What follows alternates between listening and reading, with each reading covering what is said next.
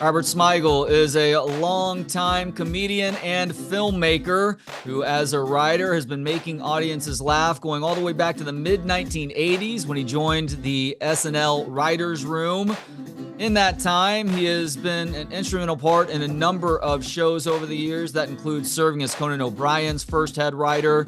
He is the brains behind Triumph the Insult Comic Dog, Ace and Gary on SNL, and a whole lot more. He also wrote, directed, and wrote the movies for the recent Netflix animation Leo that has received rave reviews and a ton of views on the streaming service. And he's actually going to be at South by Southwest this weekend doing a couple of really cool things, taking part in two different panel discussions. One is on Friday, March 8th. It is creating comedy from the director's chair at Esther's Follies alongside Judd Apatow and Frank Oz. And on Saturday, March 9th from 10 to 11:15, he's going to be back at Esther's Follies with his old buddy Conan, the origins of whatever you call what we did with Conan O'Brien and Robert Smigel. Go to SXSW.com for info, possibly snag yourself a badge or tickets to either of those events.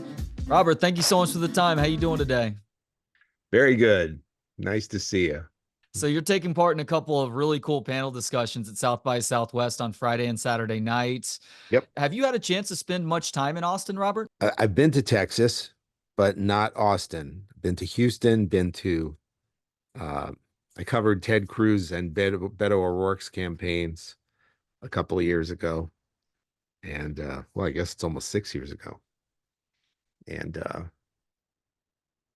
that was sort of the Texas. And I also went to a convention. I went to the Republican convention back in the 90s, actually, the one that was in Houston. How did that go? Pat Buchanan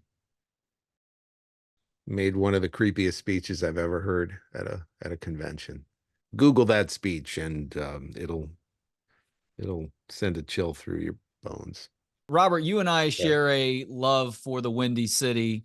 You Oh lived my in God. Chicago. Okay, good. And, let's get moved into there to pursue Chicago politics. No, I'm kidding. Let's talk a little Rahm Emanuel and Yeah, right. the legacy of the Pritzkers and so many other people in that city. No, you and I both lived in Chicago at seminal moments in our adulthoods. Oh You yeah. moved there for improv before ultimately landing that SNL gig. I lived there for 6.5 years in my early to mid 30s, and it was huge in my development as a human. You call your time in Chicago before getting that SNL writer's job one of the happiest times in your life. Why Yeah, do you without a cherish doubt. that time in the Windy City so much in the early to mid 1980s? Well, and by the way, when were you there? In the 2000s or so? I Or was there 2010? from 2009 all the way Nine, until 10. early 2015. So I got the city at a great time. What was special about that specific time? And then I promise I'll answer your question. I'm just curious. So I feel like some of the dangerous elements of the city had really subsided, and it was a Oh place yeah, that, no, everything's gone to crap since the pandemic in terms of yeah, crime. but It's true. like I met my wife there. I got to work for Yeah, me WGN too. Radio. I took a writing class at Second City, and it's just a Yeah, place that I love the food, the people, and I yeah. really got comfortable in my own skin as a result of just getting to learn more Mm, about and understand how to maneuver this beautiful city. And so, that's amazing. That's great. yeah. I love Chicago for all those reasons. And you know, there's something about when they say Midwestern values, like Midwesterners are, deceptively smart, and there's sort of I grew up in New York City, so and I loved when I was a little kid, I loved it. I thought it was the coolest growing up in Manhattan and the kind of Martin Scorsese era of like the mean streets. It was kind of, then it started to get gentrified and a little more homogenous. And by the time I was like in my late teens, disco was, or in my early teens, I guess, disco was a thing. And everybody started like getting I just started getting aware of like um how New York was just kind of everybody was starting to like emulate Woody Allen, not the funny part of Woody Allen, but the like pretentious um, kind of pseudo intellectual side of the people in his movies that, he was attempting to parody most of the time, but Hmm. people kind of just wanted to be that. It was sort of the same way people misunderstood Saturday Night Fever, which was supposed to be like make kind of an attack on that lifestyle and the shallowness of it, and it ended up glamorizing disco because the songs were so good.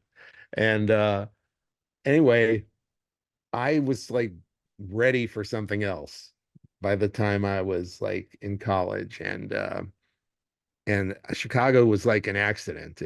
I was a bad student in college trying to be a dentist because my dad was a successful dentist. And then I ran into Tim Kazurinsky, who was a cast member at SNL, and he told me about the Second City courses, Players Workshop. And so I was so tired of trying to be, I was so disillusioned because I was doing so badly that I took a crack at Chicago for a summer. That was the plan, just a summer. And It's a good time to move there. it is a good time. It's a good it's a good sell. There's no city better in the summer than Chicago, that's for sure. Yep. But I loved I love the energy. I love the lack of pretension among the people. And there's something about, the people are still ambitious there, but it's more of a human scale. Um, I think there's a friend of mine from that area said that people are just generally more content Hmm. with their lives, uh, with just being alive in general. And New York is just kind of this petri dish of ambition, and probably LA too, to some degree. And Lorne Michaels used to always say, Chicago, it's about the work. It's not about where you're going to end up. It's about the work. And so he always respected, um, that kind of second city um, ideal. And that's how it felt there. And yes, they were the best times of my life, other than once I had kids, because I just met like-minded people, um, comedy wise at least, and I joined somebody's comedy group, and we had a lot of success. And I was sort of I just felt like I wasn't making a lot of money, but I was making enough to like pay for my apartment. I was sharing it with a couple of guys in the group, and it was enough. It was like amazing that I didn't have to have a regular gig. That's how successful our show was. We made like we netted like $2,700 a weekend. And we split it. And that was like way more than enough to sustain me, because it was just really cheap to live in that area. And What area? it was Lincoln Park, which is Okay. more expensive now. Yeah. This was sort of pre-gentrification Chicago, but it was still a very nice area.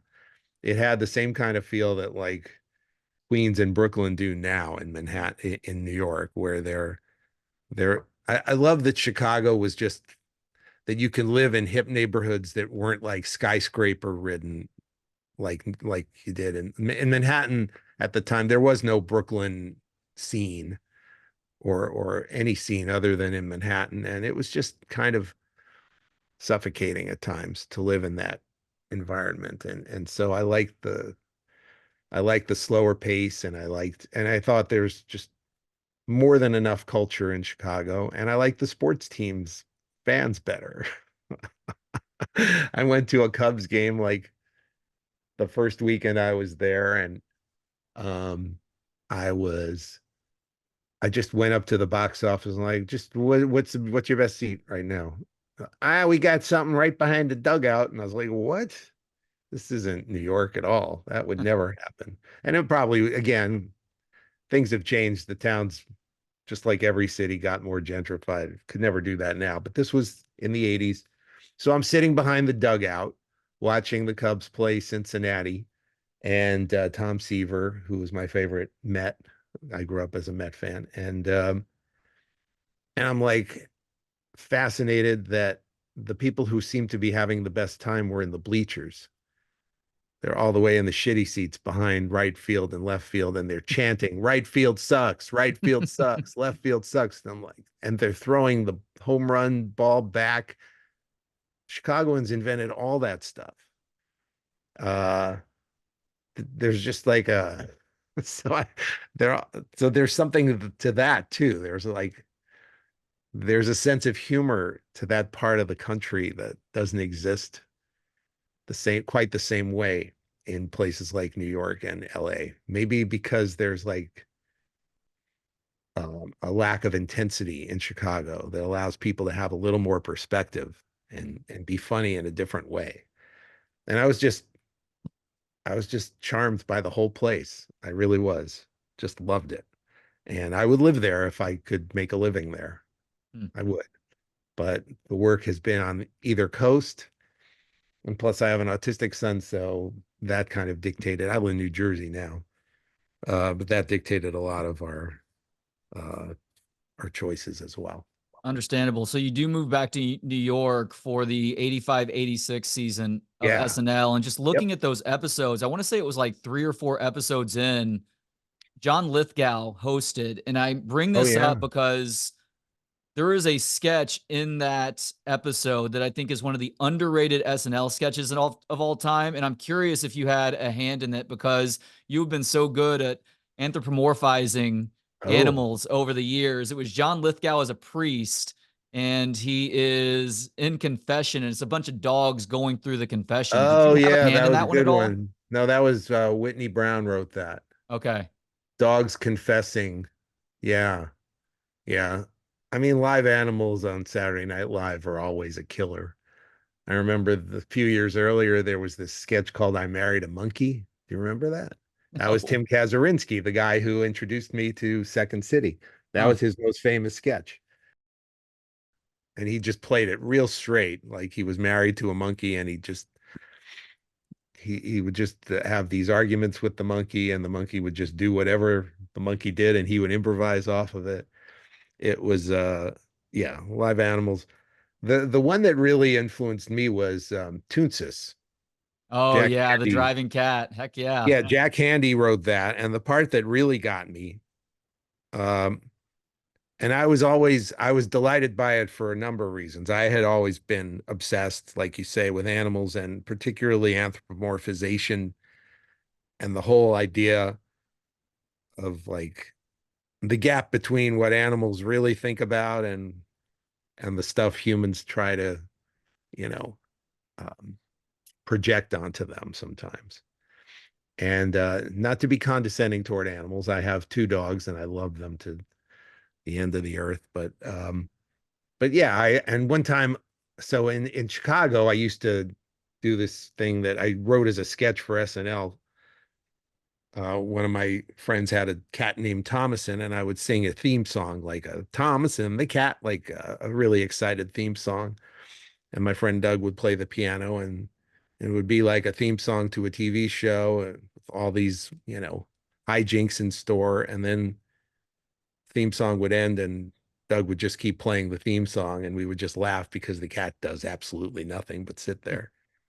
And I tried to make that a sketch, but then Jack came up with Toonsis, which was a way better way of expressing the same thing. Like, hey, this cat can drive a car. Isn't it amazing? And of course, the cat sucks because he's a cat. And it was so simple and beautifully executed. But the thing that really got me was the opening credits, because in the opening credits, he didn't use a puppet, he used a real cat. And he would place this cat behind the wheel, and I would watch this.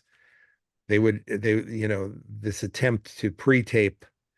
This was the opening segment of the thing, which was a pre-tape, a roll-in, as it were. And it took so long to get it right that was just I was just hypnotized. I ran upstairs to the 17th floor and recorded it because it was on the NBC feed, because I wanted to watch this. I wanted to have it forever. It made me laugh so hard just trying to place the cat in this chair, two fake paws on either side of him. I could have watched that for hours. And so yeah, so later on when I came up with Triumph, definitely, the paw with the microphone was Yeah. kind of an extension of the Toonses thing. And it just opened up, like, you know, like I said, Triumph, the way I would have Triumph interact with live animals was my favorite thing, you know. Just just cracked me up so much, the idea of animals being in a comedy sketch and having no idea that, you know, that they were being so funny.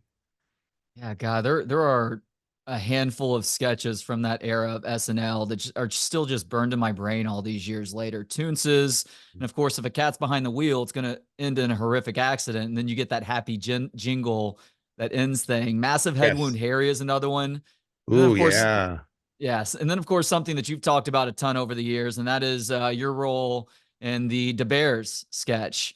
Sure. And it's really cool to hear that you guys had a lot of fun with that around the city of Chicago too, after it gained in popularity.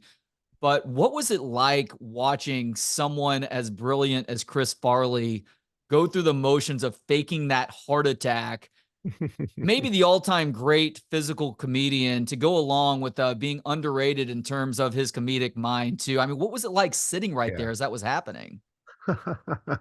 Well, I couldn't, you're in the moment, so you're not like taking in.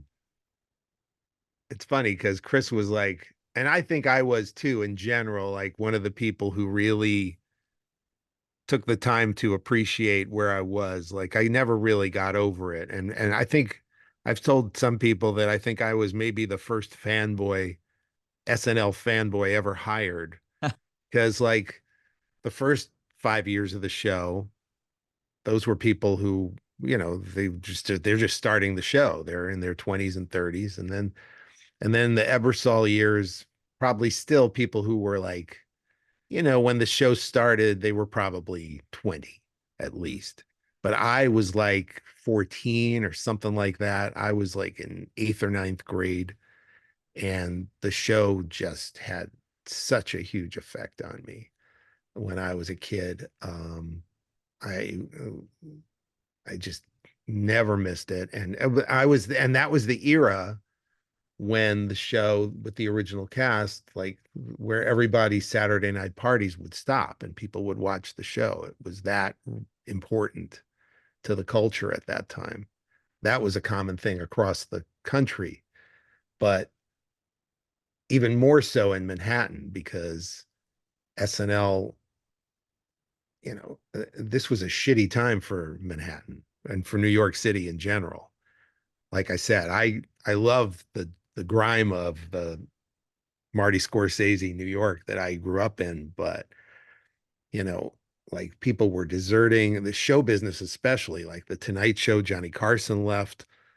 There used to be a lot of shows like in the 50s and 60s that were produced in New York City, and they were, you know, New York was basically abandoned for California. And so for Saturday Night Live to be the coolest show on television and start with Live from New York and this montage of New York City is no small thing. It was like, to somebody who lived there and loved the city as a kid, it was really exciting to see that. And Lorne Michaels, uh, they got to name 49th Street after him, for the Rockefeller, the street right between where the building is, where 30 Rock is. They've got to do that because like he's just had such a positive effect on New York City. Um, I actually looked into it at one point. I called whatever landmark commission or whoever's in charge of that. And then I find out that you have to be dead for 5 years before. So hopefully it won't be for many years before that happens. But anyway, uh, I got way off topic. What was your question? I don't remember. It doesn't matter at this point. Speaking of Lorne, we've heard people asking over these last few years because Lorne turns 80 this year. Like, is Yeah. Lorne close to leaving SNL? If and when that happens, Robert, Do you think the show is better off just ending, or Oh God, should no. it continue on with somebody else at leadership? And would you consider that sort of leadership role, considering your acumen in this world and beyond? Well, I think I'm too old for the job. I don't think they'd want to hire somebody who's like in their early 60s at this point. Yeah. But thank you for even mentioning that. I never wanted to run that show. That was something Lorne kind of offered me to do what Steve Higgins ended up doing. Huh. Back in like 1994, 95. I had left to do Conan, and I decided to do the Dana Carvey show instead because I was excited about starting something new. SNL was thrilling to be a part of, and then I ended up going back after Carvey failed and doing cartoons there, which was an incredible job. But I never really wanted to. I'm always interested in like starting new stuff. I didn't, and rather than like continuing something that I love that somebody else already came up with. I don't know. That's my creative ego at work, I guess. I think I don't think Lorne would want this show to end. The show's too important. I think Steve Higgins would do a fine job. I mean, nobody's going to really do what Lorne does, but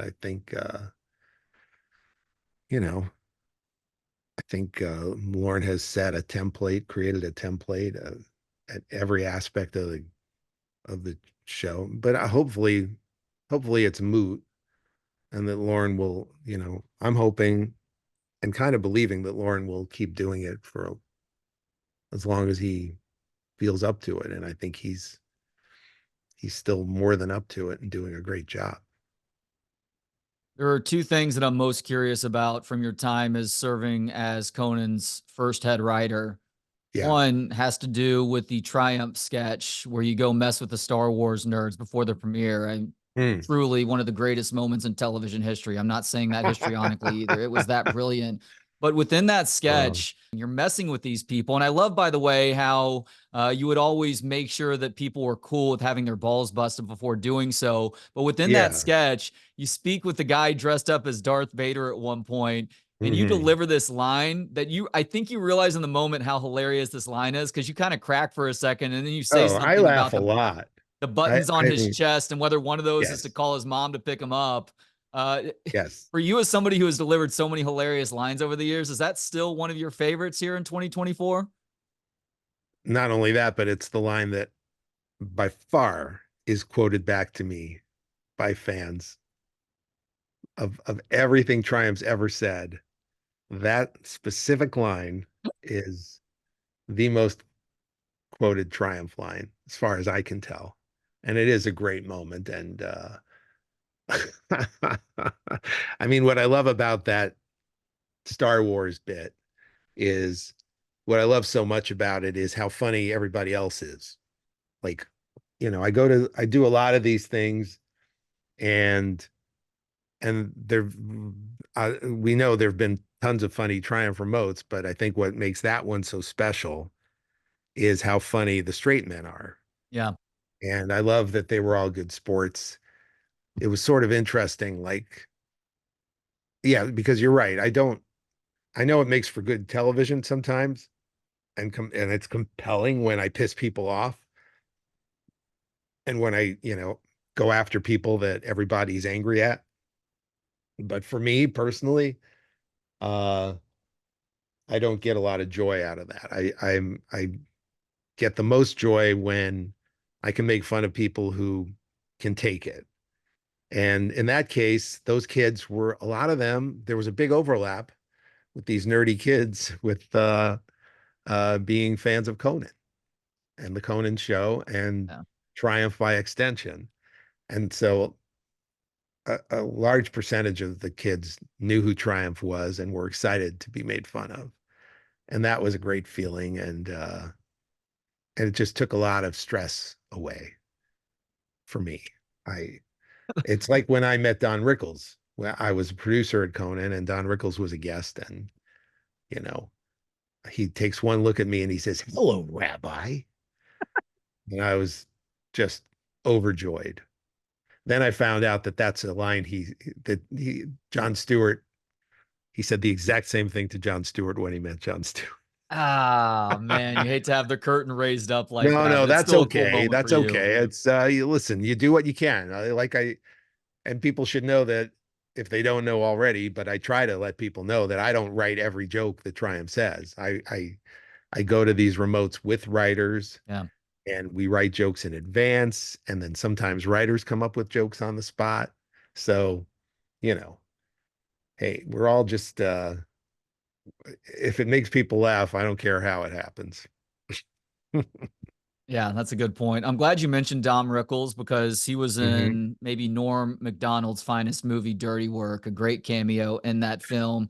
And one of my It's favorite also Norm moments, Macdonald's only movie, coincidentally. yeah, fair, true enough. One of my favorite moments as a broadcaster was making Norm laugh for a conversation that I Ooh, conducted for nice. WGN Radio. It had to do with the Steelers' terrible towel, and Ben Roethlisberger was going through his sexual assault stuff then, and I said something. I don't remember the setup, so I'm just going to butcher this right now. But something having to do with the rapeless burger terrible towel. And Norm laughed, and I'm like, "Holy cow, you are like my comedic icon! I can't believe I just got you to chuckle even for just a second or two."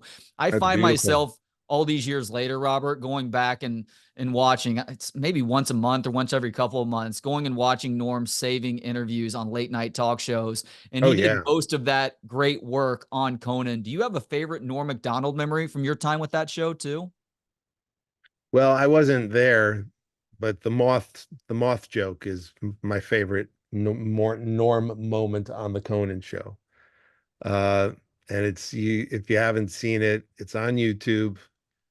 Norm is telling this really corny old joke, but he spends way, way too much time before he gets to the punchline, and he's like expanding it into this Kafka-esque or Dostoevsky. I don't know. He was a big fan of Russian literature, and he was anyway. Norm spends way too much time on this Dostoevskian expansion of a joke that ends up having a really corny punchline, but he tells it as if it's a story, and it's absolutely hysterical. And I've probably set it up too much at this point too. So the less I say, the better. But yes, Norm. So you made Norm laugh using the word rape. Ben Rapeless Burger. I knew he was a big sports fan, so Oh, the rapeless burger. Rapeless Burger terrible towel. Yeah, the Rapeless Burger towel I think is was the punchline. I don't remember the specifics, but Saying the word rape is like tickling Norm. yeah, no, that's a great point. Or calling Andy Richter gay, I guess. One of those two things Oh probably my gets him. God. I was gonna do a joke. I was on Seth Meyers and I was gonna do a joke about, and I was gonna do it in Norm's voice because it was oh, we were talking about how he keeps losing to John Oliver every year. Everybody does. This was right after they had lost the Emmys again to John Oliver, and I said I was going to do it in Norman. You know who? Some people they they're classy enough that they if they've won too many of these things, they stop submitting themselves for consideration. You know who used to do that? Bill Cosby. Here's a class act. And then it was going to go on in Norm's voice, like, then again, I suppose if the award for best comedy series hadn't been a statue, but instead was a chance to rape a young lady in her sleep, maybe old Bill might not have been quite as gracious.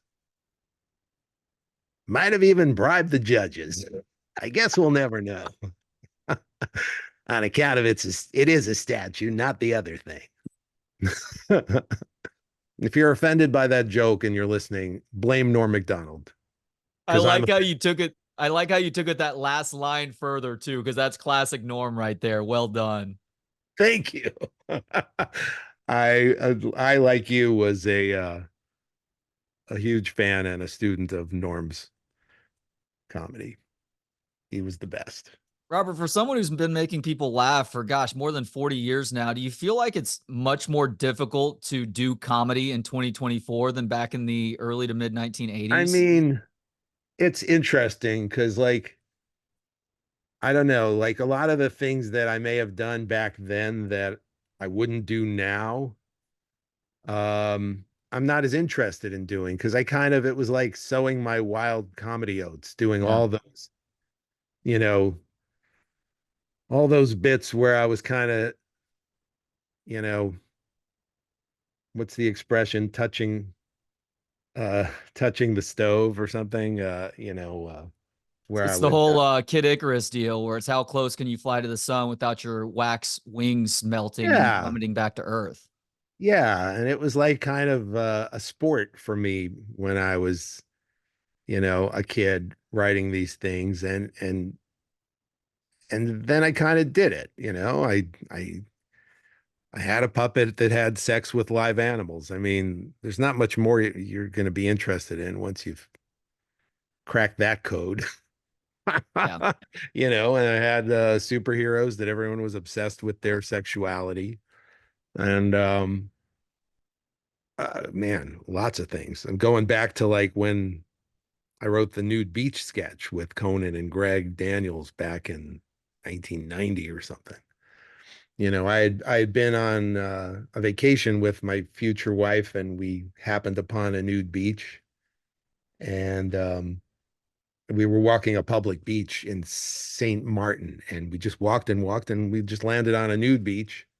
Never been to one before, and like this dude's just being really friendly and telling us about, restaurants we could go to and shit. And all I'm thinking about is that I have a live dick in front of me.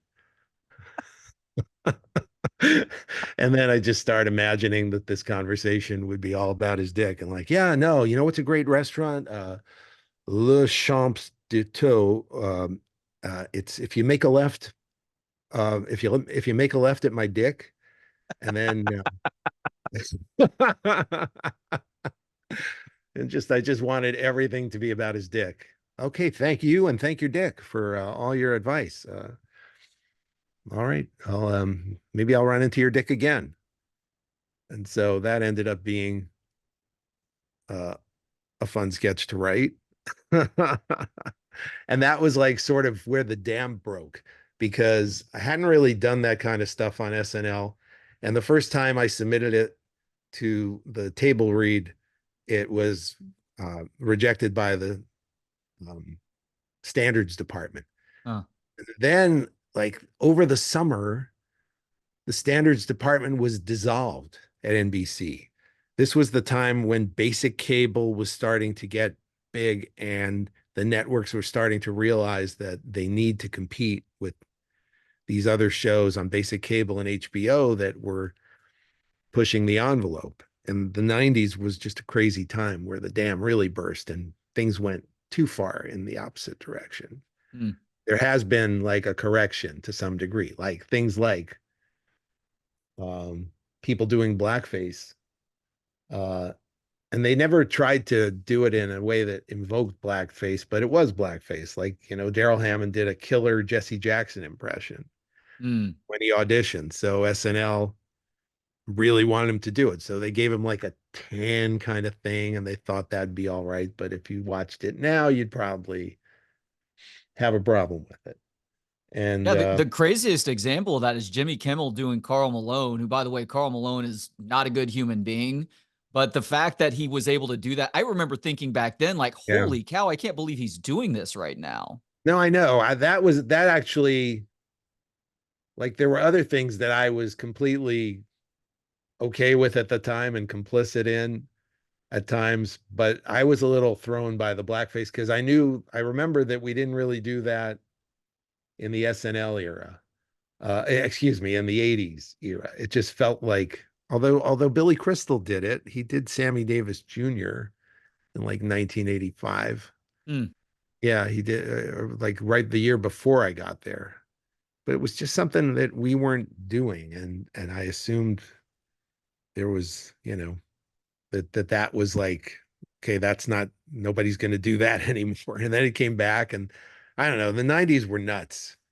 People were doing like, handicap comedy, in Living Color. There was a very famous handicap Handyman. character. Yeah. Yeah. And And I would go to parties and people would do impressions of like Corky and think it was edgy, Corky from what was that show? My Life goes on. Life Goes On. Yeah, that Yeah. was like a thing. And that was another one that I was like, even it seems hard to believe, but I had like, there were lines that I didn't enjoy crossing. And one of them was making fun of people who just, it's beyond their control, whatever it is their issue might be. And whether it be somebody who's handicapped on some level, if they're, or somebody who's, addicted, who has a serious addiction problem. I didn't like Mm-hmm. doing that. Didn't like making fun of women's looks. Uh, Men, fine, but women felt like they just have to deal with so much bullshit that, Mm. you know, although when I was younger, before I sort of arrived at that, I did like, it didn't stop me when I was younger, like in the early 90s, from like having Chris Farley play Carney Wilson or something like that. Oh God. Well, I mean, that's a long SNL, Yeah. John Belushi played Elizabeth Taylor. Mm. This was not like we were, putting out something new. This was just like these were ingrained kind of traditional comedy moves.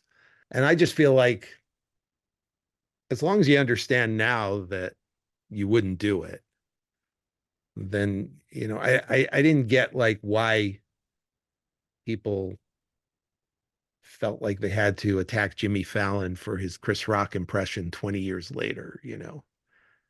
It's like there's no way he would do that now. Yeah. He didn't need to I didn't need to hear him apologize to know that, because nobody would do it now. But it was a time when SNL was okay with it.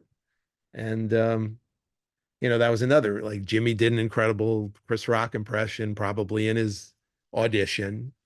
And they probably felt like, okay, we got to get this on the air. And the audience laughed their asses off. But that was 20 years ago.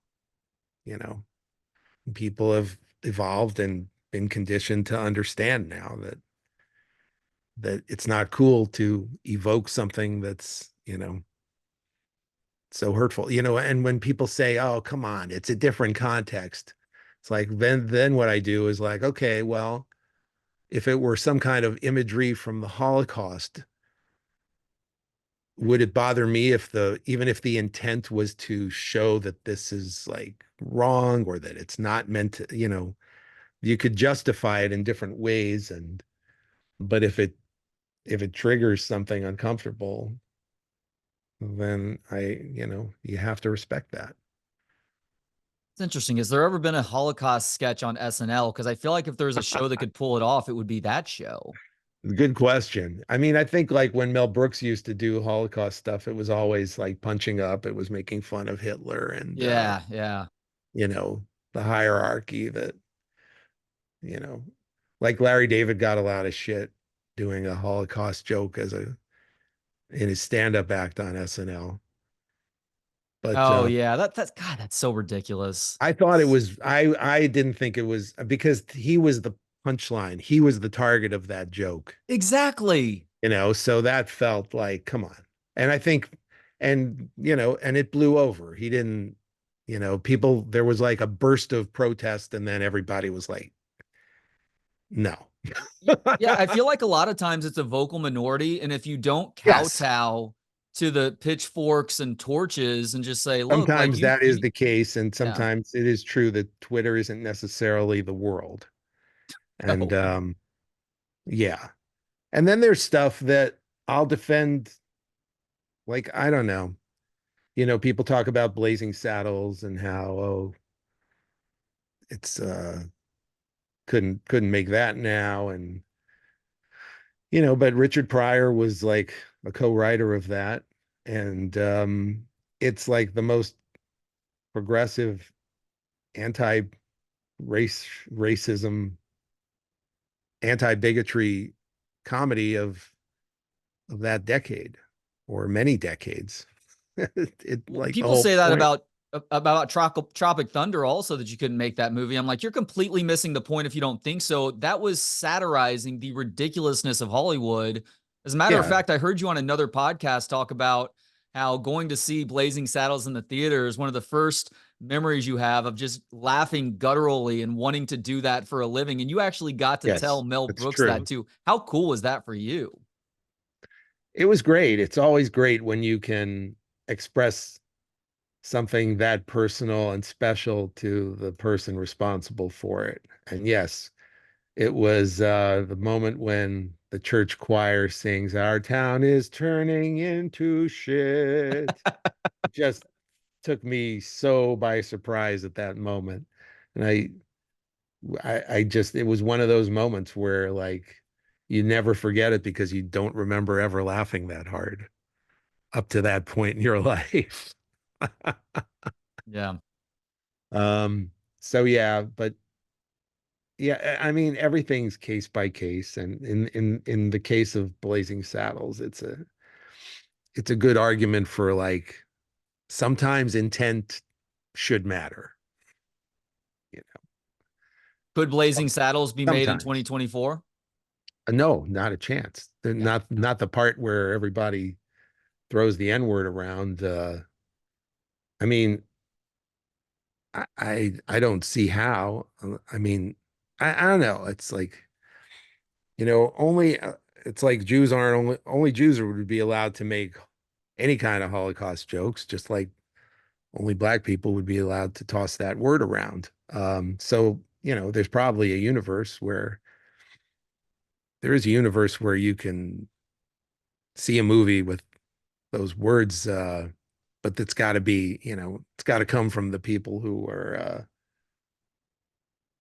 comfortable hearing it and saying it to each other. They don't want to hear it from people who aren't black, See, I'm in a and weird gray area with the Holocaust stuff because believe it or not, Robert, I'm more Armenian than anything. So we went through our own version of Holocaust in the early oh yeah, 1900s. oh We yeah. are in a lot of ways the poor man's Jew. So I'm like, do I have access to like the A version of that versus the ER version of the Holocaust jokes?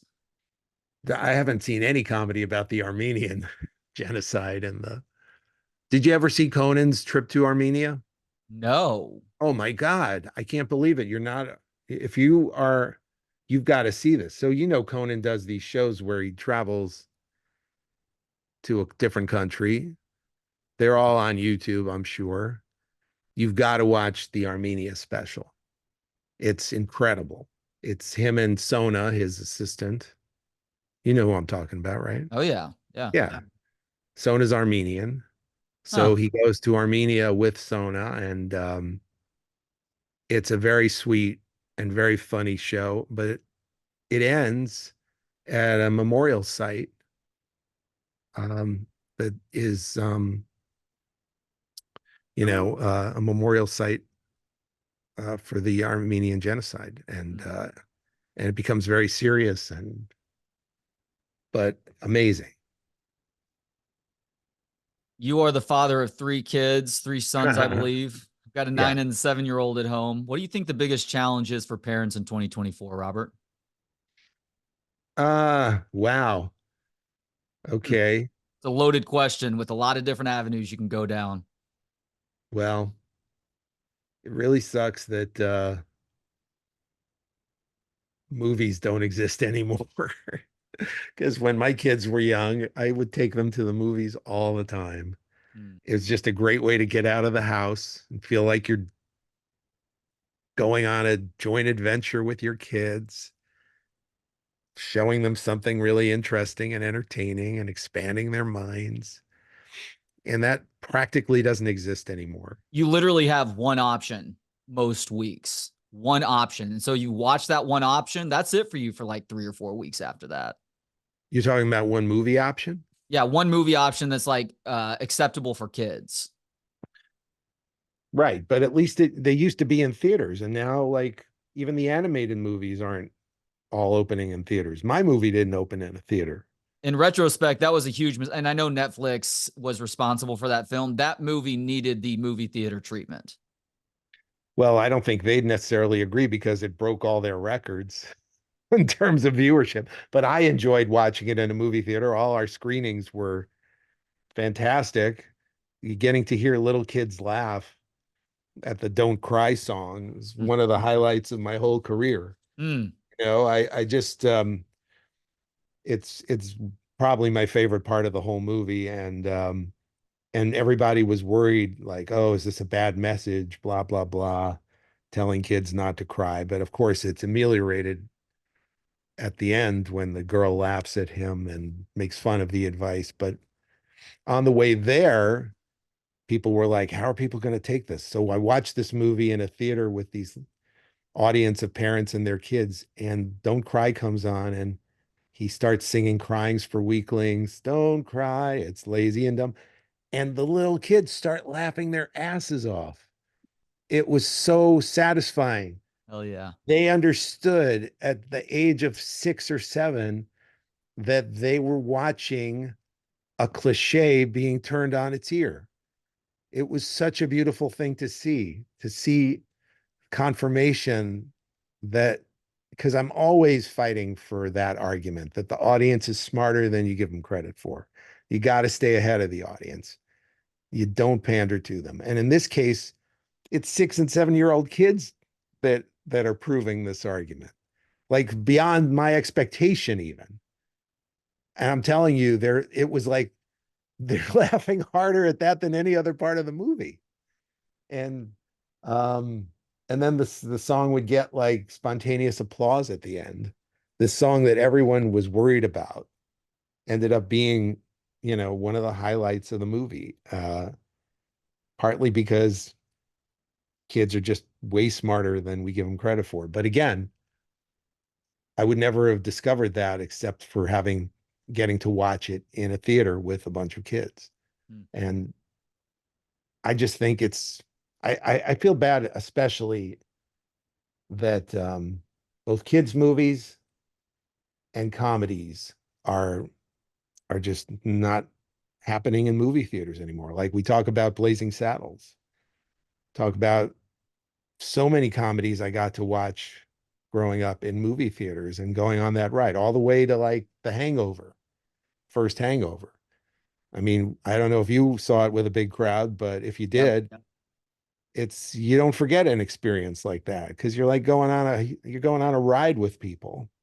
It's like literally going on a exciting roller coaster ride. And there are that many laughs in a movie that smart.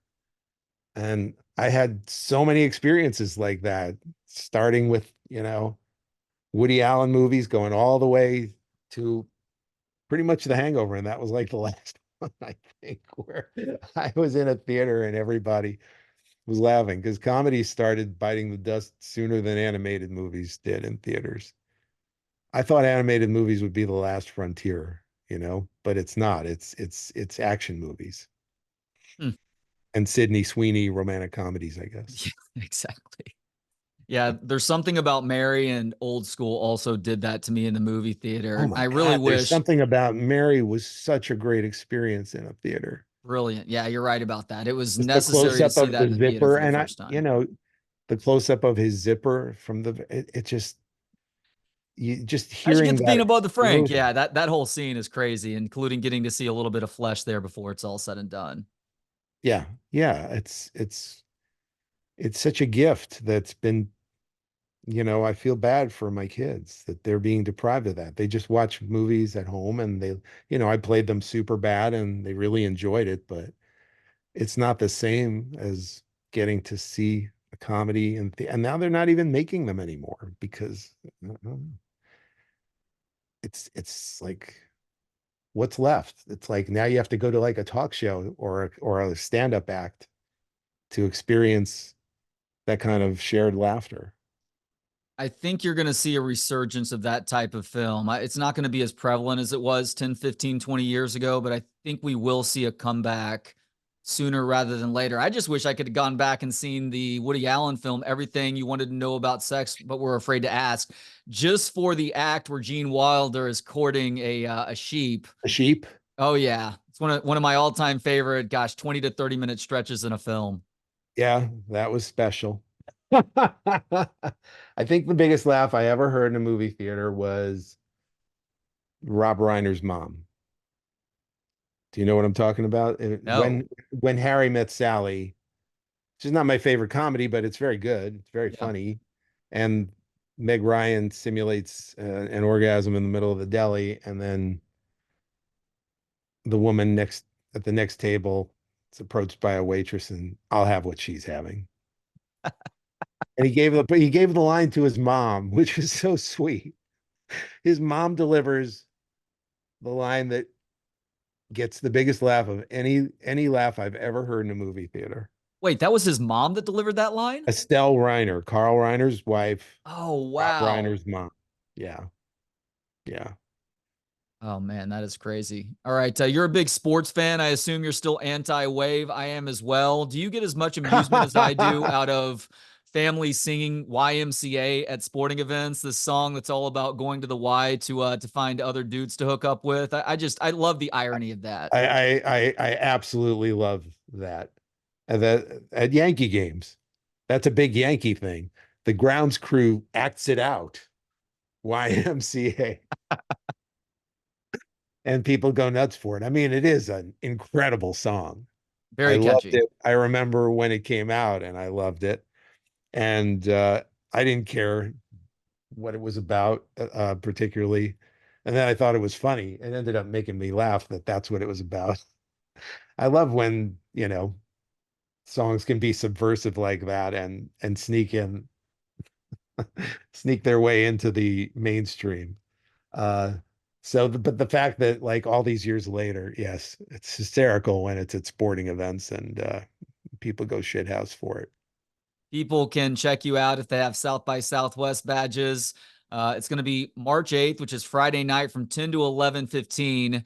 Creating comedy from the director's chair that you are doing along with Judd Judd, Apatow. Frank Oz is going to be a part of yeah, that can't wait to hear he, yeah, Frank panel Oz. discussion. Yeah, that's gonna be a lot of fun. And then on Saturday, you and your old friend Conan are getting together for a panel discussion called "The Origins of Whatever You Call What We Did" with Conan and Robert. That is at Esther's Follies on Yes. Saturday night from 10 to 11:15. Both are gonna be We're gonna show clips of stuff we worked on together before the Conan show. Like rare things that some of which you haven't seen, some of which you may have, like the Adam West Look Well show. We'll show a little bit of that and some things that'll just totally surprise you. I also want to plug, I'm gonna drop a Triumph special. That's too fancy a word for it, but I taped a show at Sketchfest in San Francisco that I yeah. really liked. It wasn't particularly professionally taped, but I think it was very funny. It had Rob Schneider and Weird Al Yankovic and other celebrities as well, like dropping in. Or were you at So the Castro or something, and people are just coming on yes, stage and yeah, we were at the Castro. No, it was a game show called Let's Make a Poop that Triumph has done before. But this was a particularly special edition because of Weird Al Yankovic's presence, and you'll understand when you see it. But I'm gonna drop that on Triumph's YouTube channel very soon. And yeah, and I also might have a video coming out after the Oscars that I can't even talk about. It's just a surprise, ridiculous video. is it red carpet? Triumph on the red No, no, carpet? it's not a Triumph related thing. It Oh, has more okay. to do with the movie Leo, actually. Oh, excellent. Where does Yeah. Triumph stay when he's not on your hand, by the way? I just keep Triumph in a bag somewhere. I don't give him he's not like he's not under plexiglass or anything like that. Just on a side table somewhere or in a box. Somewhere on a bag on a side table. Oh yeah, I need Triumph. Let me get him. If Triumph were to say something to me right now, is there an idea that you have in your head that he would bust my chops about? Um, well, he'd probably go after your hair. Yeah. I'm a Um, 46-year-old man with a faux hawk. That's a yeah. good starting point. I'm gonna give you next time I'm gonna come back with Triumph and I'll have 10 46-year-old man with faux hawk jokes for you. Well, Robert, man, this has been a real honor. Thank you so much for the time today. We went well over the allotted time, so I appreciate you being a good sport about I guess that. we did. Well, I enjoyed it. Thanks to Gentleman Jesus for the intro and outro music. Hear more of his work at gentlemanjesus.com. Thanks to you for hanging out. For more of the show and to connect on social media, visit booksonpod.com. Talk to you next time from Books on Pod.